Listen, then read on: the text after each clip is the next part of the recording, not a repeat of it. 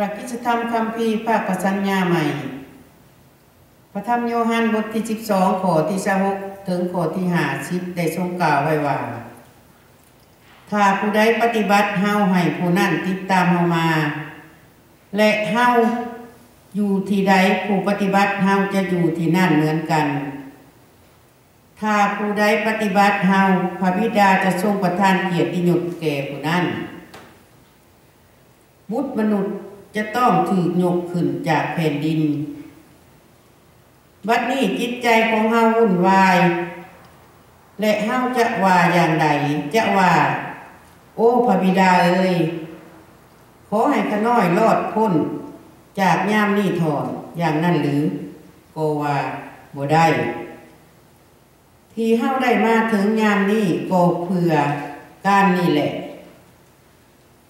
โอ้พระบิดาเอ้ยขอให้พระนามของพระองค์จงได้รับเกียรติแล้วก็มีพระสุริเสียงดังมาจากผ้าว่าเฮาได้ให้รับเกียรติแล้วและเฮาจะให้รับเกียรติอีกคนทั้งหลายที่ยืนอยู่หันได้ยินเสียงนี้และว่าเสียงผ้าห้องคนอื่นๆก็ว่าเทวดาตนหนึ่งได้สนทนากับท่านพระเยซูทรงตอบว่าเสียงที่เกิดขึ้นนั่นบ่แม่นสำหรับเฮาแต่สำหรับท่านทั้งหลายนั่นแหละบัดนี้ถึงเวลาพิพากษาโลกนี้บัดนี้ผู้ปกครองโลกนี้จะถูกกำจัดออกเสียภายเฮาเมื่อถูกยกขึ้นจากแผ่นดินโลกแล้วเฮาก็จะสักนำคนทั้งหลายมาหาเฮาพระองค์ทรงกล่าวดังนี้ก็เพื่อแสดงว่าพระองค์จะสิ้นพระชนม์อย่างใด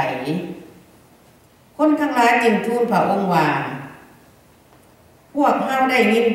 จากพระบัญญัติว่าพระคริสต์ทรงตั้งอยู่ตลอดไปเป็นนิจแล้วเหตุใดท่านจึงกล่าวว่าบุตรมนุษย์ต้องถูกยกขึ้นบุตรมนุษย์นั่นคือผู้ใดพระเยซูทรงตอบเขาว่าความสว่างจะยังอยู่กับท่านทั้งหลายอีกหน่อยหนึ่งเมื่อยังมีความสว่างอยู่ก็จงย่างไปเถิดเพราะย่านว่าความมืดจะตามมาทันพวกท่านผู้ที่เที่ยวไปมาในความมืด